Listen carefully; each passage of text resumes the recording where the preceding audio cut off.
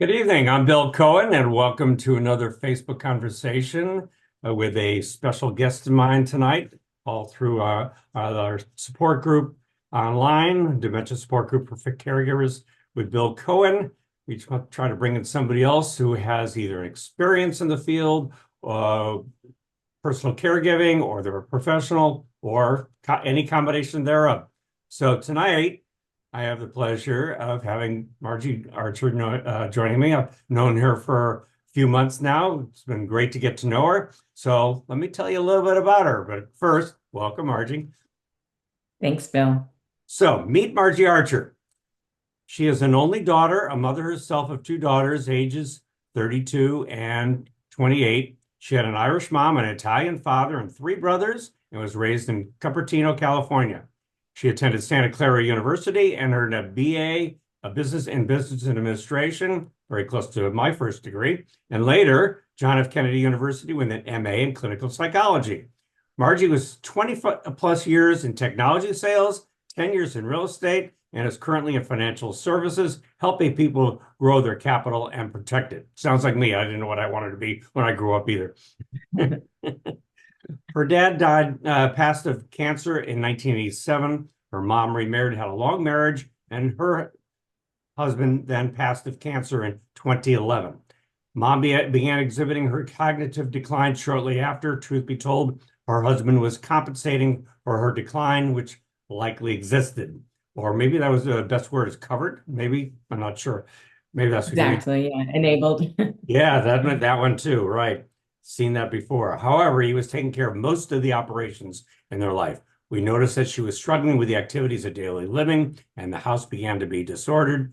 And then the driving was problematic, and the finances were not being effectively managed. And so we'll hear a little bit more about Margie's journey herself. So now, in addition to that, tell us, Margie, who is Margie Archer? Who are you? Tell me a little bit more Well, about yourself. first, I'm a mother of two daughters who are 32 and 28 years old, and both went to University of Oregon, two ducks. And then I am a pet owner. I am a dog person, and my dog's name is George. He's a Cavapoo, and he's just adorable. He's 3 years old and running my life. I have several friends who I'm close to. I'm really interested in history, politics, and and I'm also interested in supporting other people who are caregivers because I found myself to be one. And that adventure began in 2014, just as I thought I was empty nesting. Um, my daughter was going off to college, the youngest, and it came to our attention that my mother was slipping a bit and that some reorganization needed to occur. She lived in Southern Oregon at that time, and I lived in Los Gatos, California. And she needed a more structured living arrangement.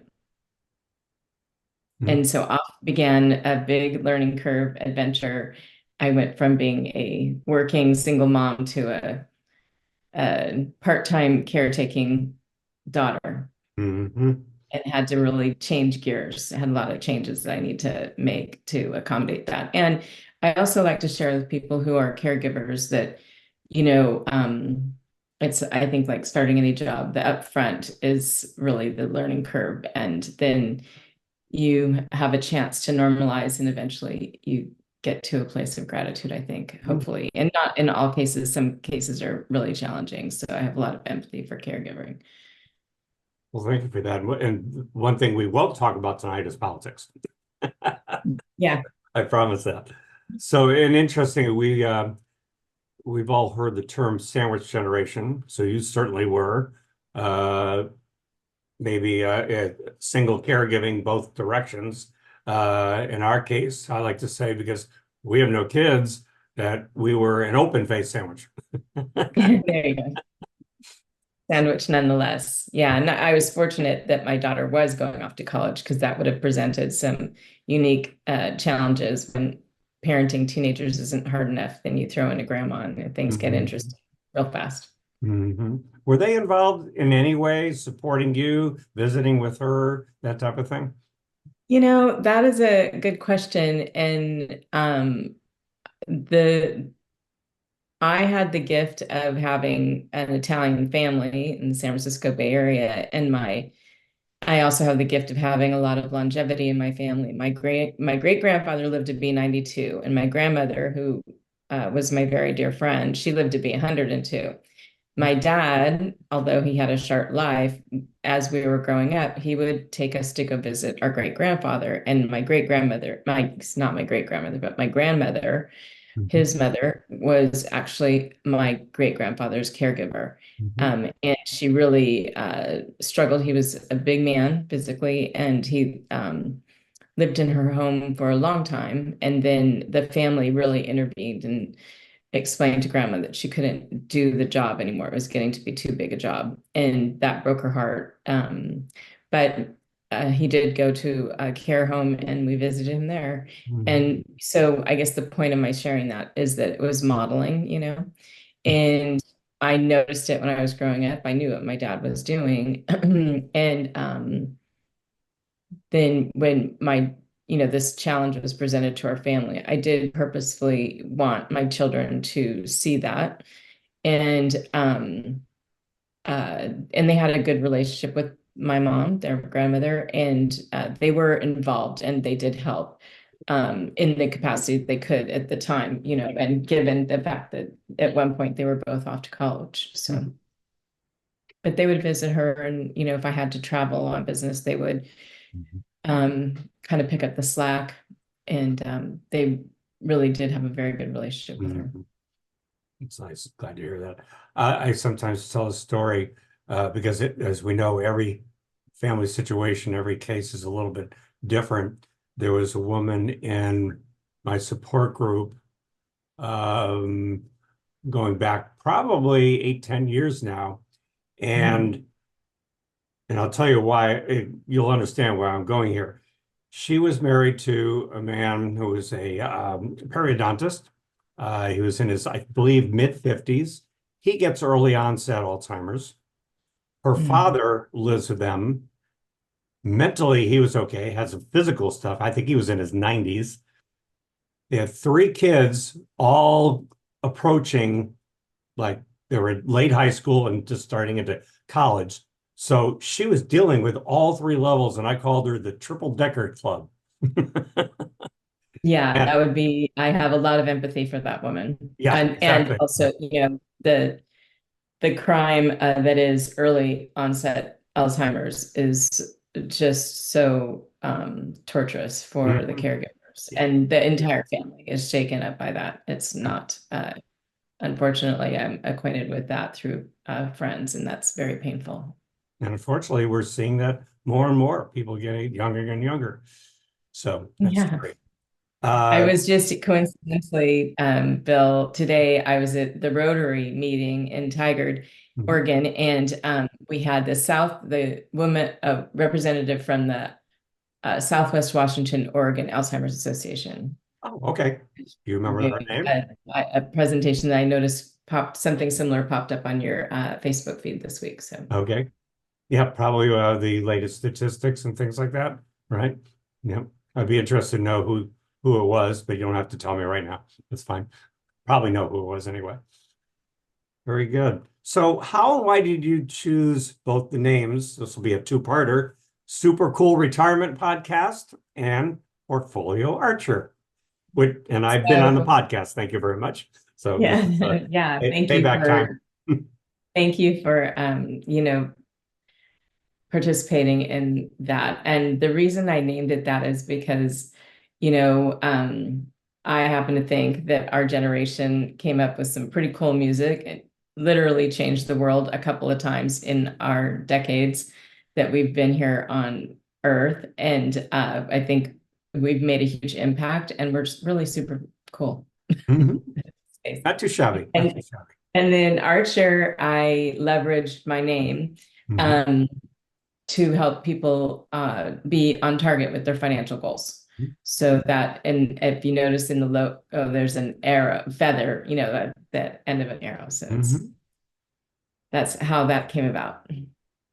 So this is, of course, primarily about caregivers and et cetera. But quickly tell a little bit about maybe your philosophy. How do you like to help people? I like to ask people who are in a similar field. Okay, there's a lot of people who do what you do, Mhm. and we pretty much all know what you do.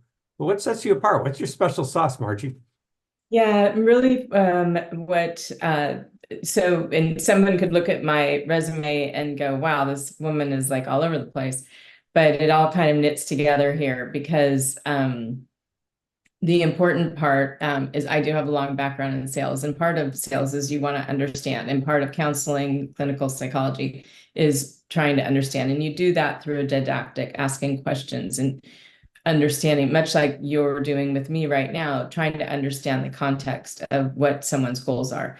And in particular, my area of interest is in helping people optimize and secure their and preserve their retirement nest egg. And it's a big deal. And there's some really great methods to do that and tools and products that aren't talked about. When I entered this field fairly recently, I had, long sales career and I had three wealth planners, if you will.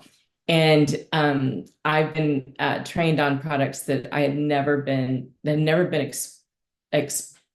presented to me. Hmm. So that have some pretty significant tax advantages. So that's really what I do, is really listen to people and educate them so that they can make their best decision. Hmm. Um, to me, there's nothing more annoying than a timeshare presentation, and that's not what we do.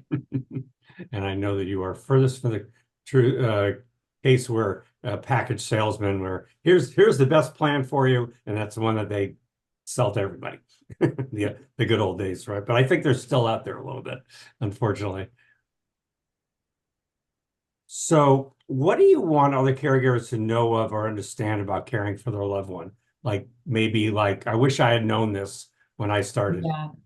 And I will share, when this first all came about, I had other plans. I was empty nesting. I was going to kick up my heels a little bit, and that's not what happened. And it was a really big transition for me in particular. My mother lived, 500 miles away from me. So, we saw each other, but not that often. I was used to working in an executive sales position, calling on accounts in New York and New Jersey, living in California, traveling a lot, and my life went to hard stop. And the only other time in my life where that really happened was when I had my first child. And so, and it took me completely out of, it didn't take me out of my job, but it took me bring, I call it when I got my mother like a puppy, and I, when I got my mom, I was like, whoa, like what I didn't know was, when I would go out to, like, if I needed to go to a doctor appointment, I would get my purse, my keys, walk out the door, get in the car, drive to the doctor, park, walk in, see the doctor, walk out, drive home. Simple, right? With my mom, it was different. And she found my efficiency, quickness, haste is really agitating for her. It was really annoying to her. And so I had to really bring it back. I had to dial it way, way back, and be sensitive to the fact that she just couldn't either A, move that fast. She couldn't keep up with me in terms of, changing subjects, changing direction. Anything where she would feel rushed was extremely agitating for her. So I had to really dial it back. And I did a couple of things to do that. One was I made it a personal practice to slow down. Mhm. And also I learned to work with the home where she was in residence, that the assisted living place, to work with the nursing staff to say, okay, we have a doctor appointment at noon that day, so I need to have her ready by 11:30. And then I would make a point to get there by 11:30 so that we would not be rushed. Mhm. Another thing we did was we did go to the DMV and got her a disabled placard.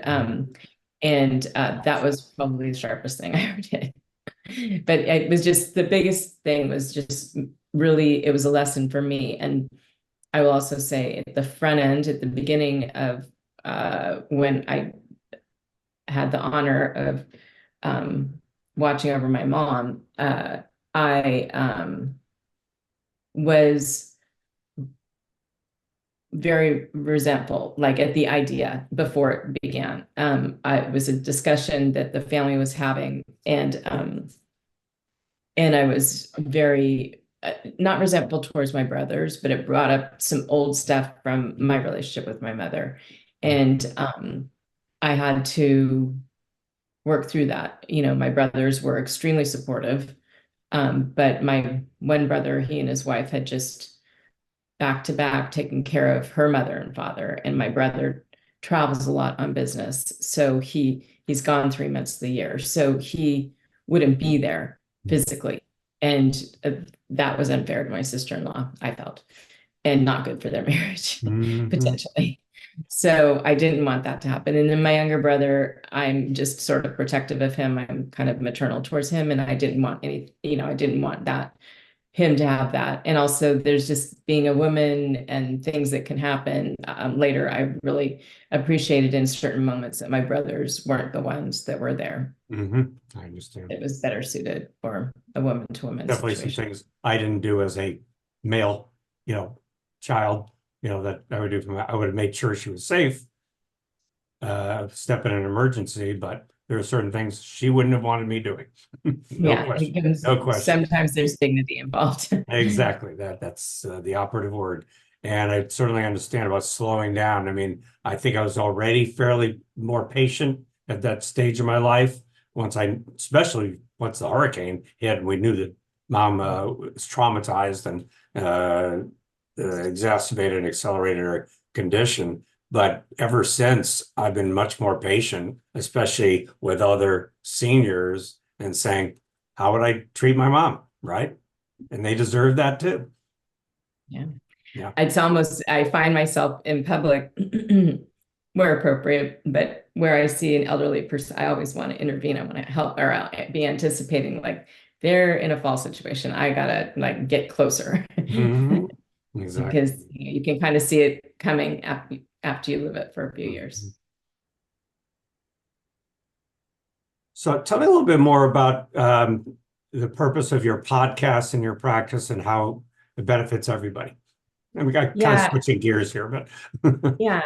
Thank you for asking. Yeah, and for me, it's really threefold. So one is to kind of have some fun with our generation and bring what I think I have a good sense of humor and bring my sense of humor into the mix. I also, it's a great platform for me to share regarding retirement strategies, and stock market fluctuation protection, ways to insulate nest egg from that. And then the other is I'm building, a network of resources for people who are of a certain age. And we've talked about Medicare supplement insurance. We've talked about, obviously caregiving. We've talked about real estate matters that we actually have a specialist, Ben Richardson, who's a senior real estate specialist. He's actually certified, and that really brings to the forefront just the importance of protecting retirement age individuals from bad practices, and so bringing all those professions into the mix. And so I'm going to be talking to a health and wellness person. I'm going to be talking to a travel agent who specializes in travel, which I love. And so I'm excited to, share more. And as I am out in the community, I'm bringing more and more people into the fold to talk about topics that are relevant to our age group. Mhm. Yeah. So I feel good. I feel good at how it's going, growing an Yeah, audience. yeah, it's really fun. And I think the really fun part is, getting to chat with people like you and the different uh, professionals that I've brought on, and thought leaders in these areas, because it's just I think that there's a lot of information out there, and in particular, unfortunately, there's a lot of misinformation out Mhm. there. And so, I'm trying to bring to the surface people who really do know what they're talking about. Mhm.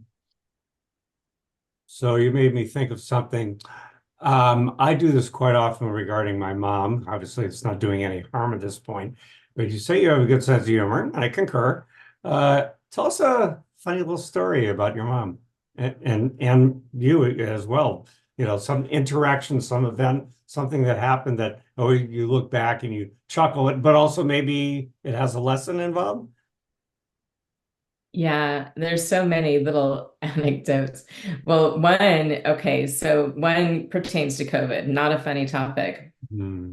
And it also pertains to, caregiving with people who have cognitive disorder, right? And I learned that, over time, I learned that I needed to repeat myself sometimes about any upcoming event, or she would forget, like I might tell her, we're going to pick you up at 11 o'clock on Christmas morning. She might not remember that. And then she would maybe leap to the conclusion that she wasn't invited, which is even worse, right? So, the nursing staff knew when I was going to be picking her up, but, did she know? Anyways, so we had a couple of funny incidents around that. And she uh and then so that's just an example of the repeating myself that would have to occur. And then in COVID, I could see down the road that, probably we were going to be going into some level of isolation.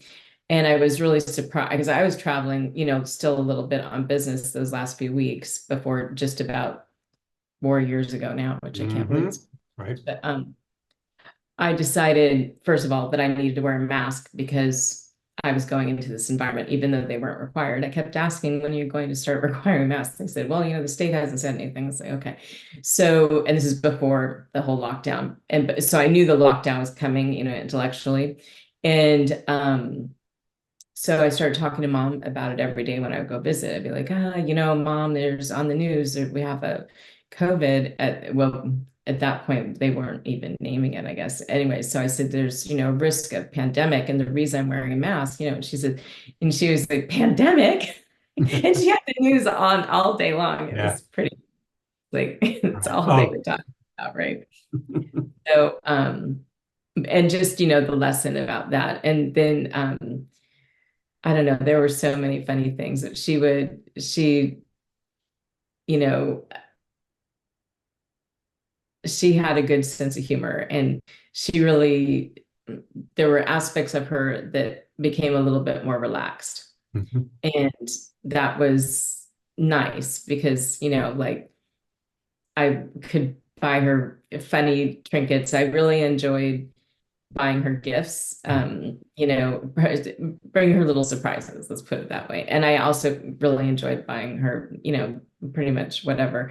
But I just enjoyed surprising her with little trinkets, like the little things for the St. Patrick's Day, because she was Irish and her name Right. was Patricia.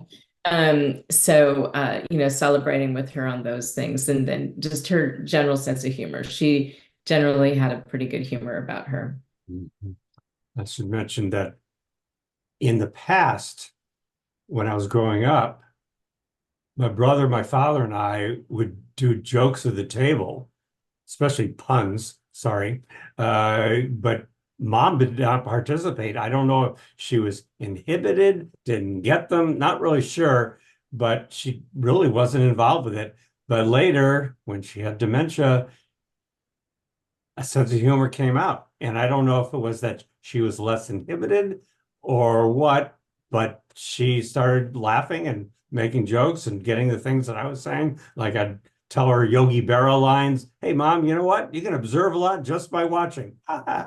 So, it helped because it's such a serious and disturbing situation. So wherever you can add a little humor can't hurt, right? As long as Yeah. not at their expense. I've done it since she passed away because now it's not doing any harm. And one funny thing happened when we went to the DMV and to get the parking placard, and So, we come in, bring her ID with her and fill out the paperwork, which was actually very easy for as long as I procrastinated on doing that. Especially when you live in Portland, Oregon, it rains a lot here. So, and not every place has a porte cochere. So, Mhm. anyway, um, so we go in there and, we have to wait and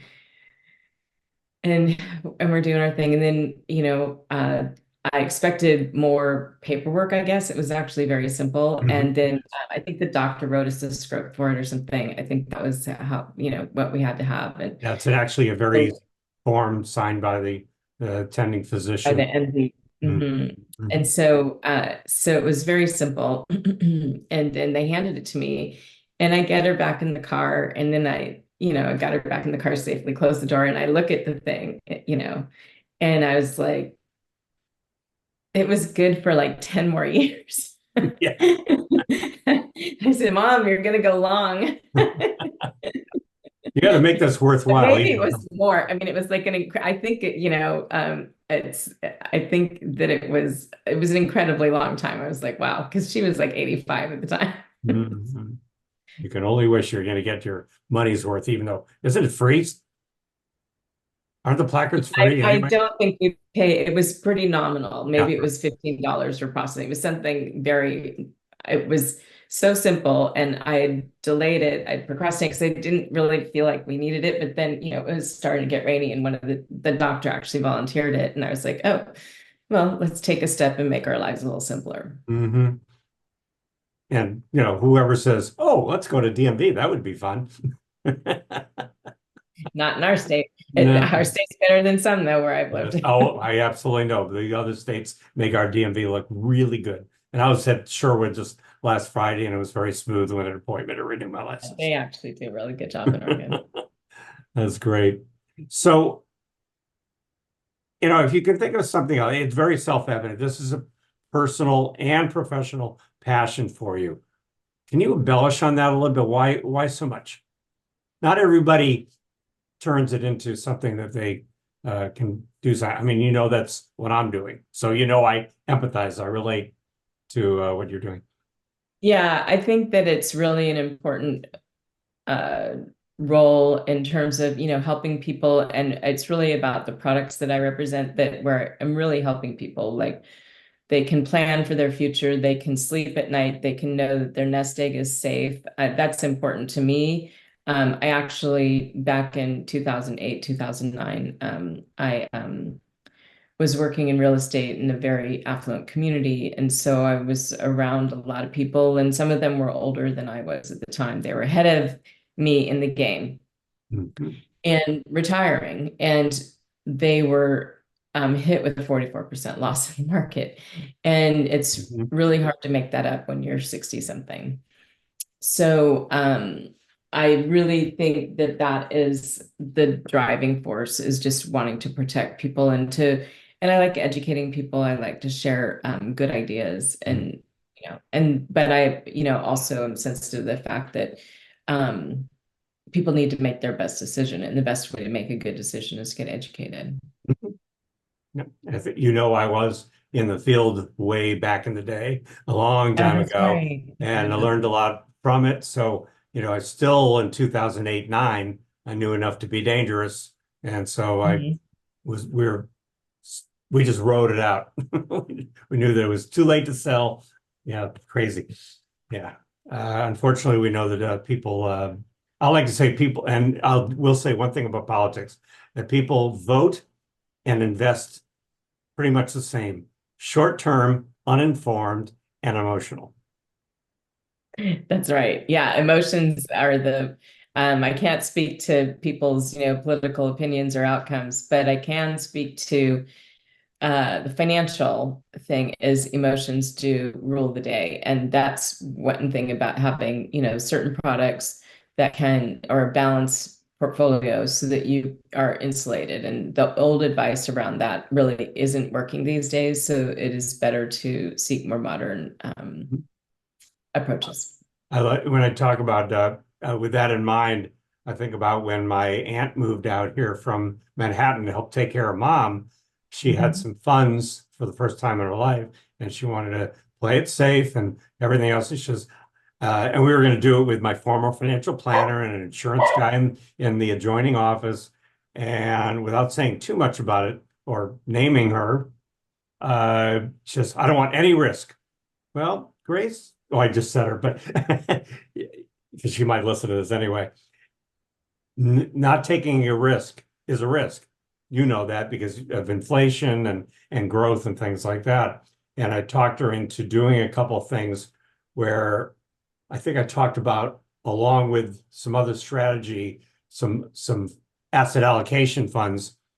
And she, when I said this will be like a 20% of growth, little tiny bit in the stock market. The rest will be all in bonds and money market and safe stuff. She says, what will I get if I get 40 or 50% in stocks? You get a little bit more growth. She says, okay, let's do that. She's been very happy that she did, because I explained Yeah, that. and that's that's the discovery questions, right? That's the didactic, before I like to know about my clients. I want to know what's important to them. I want to know what their future goals are. Mhm. And a lot of people say they're risk averse, but when you dig under it, and some people will say, "Oh no, I'm very risk tolerant." And but then when you dig under it, you learn more, because and that's where the Yeah. listening, the questions are important.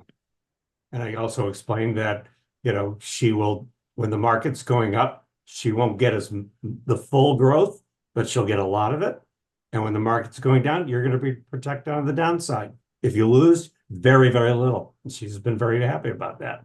Another That's great. interesting thing is that they were trying to come up with something that would protect her for income, say from creditors, that type of thing. And she had a lump sum of money. And I said, and I'm not the insurance guy anymore, right? I'm not the financial guy anymore. What about a single premium intermediate annuity? That's a great idea. Wish we had thought about that. It's still paying. Yeah.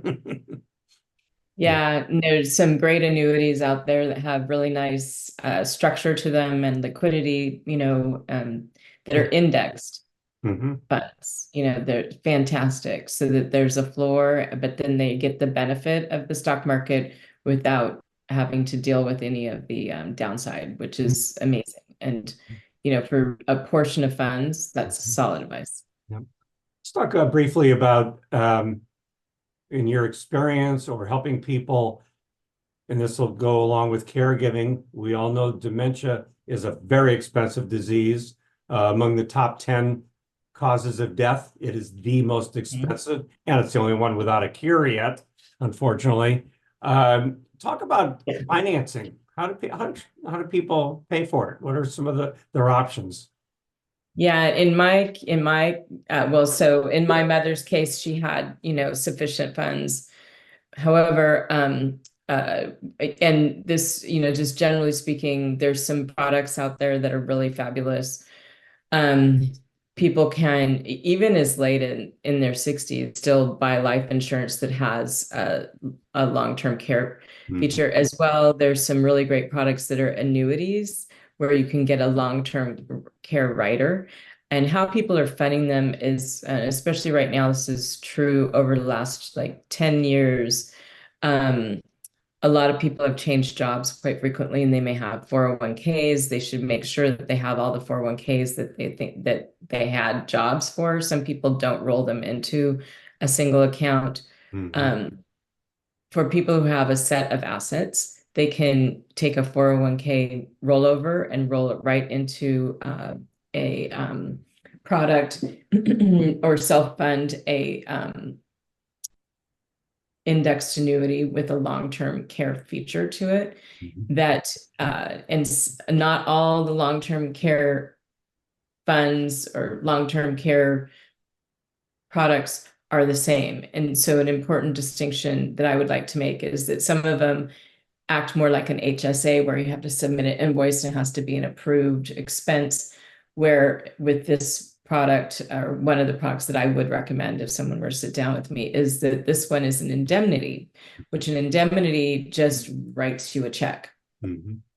There's your money. It doesn't go through a doctor. It doesn't have to be an approved expense. It Mhm. writes you a check. And this particular one that I'm thinking of right now has the ability to, you can structure them a couple of different ways, but you could potentially take an old 401k, roll it into this, and have this long-term care rider for up to 50 months, which what the average Alzheimer's care stay is typically between 24 to 48 months is the whole cycle for the Alzheimer's. So that would pretty much take care of it. And for some people, they may have children they want to leave a legacy to, they may have grandchildren, they want to preserve their assets, and that's very important to them. And some people are in a different situation, but nonetheless, the long-term care is really important because it's, going up every day. And it's starting to be legislated in the state of Washington. They're starting to require long-term care insurance. Yes. And California also. There's about 5 to 7 other states that are starting to look at this. And, say what you will about government programs, but I think I would rather pick my long-term care insurance personally. I'm not sure I'd want to be in a government entitlement program. Interesting. And, most of us know that individual long-term care policies, they used to be much more liberal, pay in more situations. And if you got them young, they kept their costs down. Late now, it's more restrictive and they're more expensive if you can even find a plan that'll insure you. That's what's good about, I'm very aware of the life insurance policies that have long-term care rider. Good option to consider. I didn't know about annuities. Was that as well? Good to know. Good to know. Yeah, and the annuities are very strong products, and they have beneficiaries, so you can still leave, it to somebody in the family, so that you can have both, and is what I was get some messages. It's a really good product. That's great. There's been some great information. Love hearing your story and more about what you're doing. Although we talk occasionally anyway, but Yes. how can people reach you, Margie? And we're going to put we will put it in the comments and in the show notes. But please tell us what's the best way to reach you. Thank you, Bill. Yeah, my website is portfolioarcher.com. And I can be reached also by email at margie@portfolioarcher.com, MARGIE. Very good. Thank you. Appreciate you being on. It's been a fun conversation, and hope to see you again soon. Yes, I hope to see you soon too. Okay. Good night, everybody.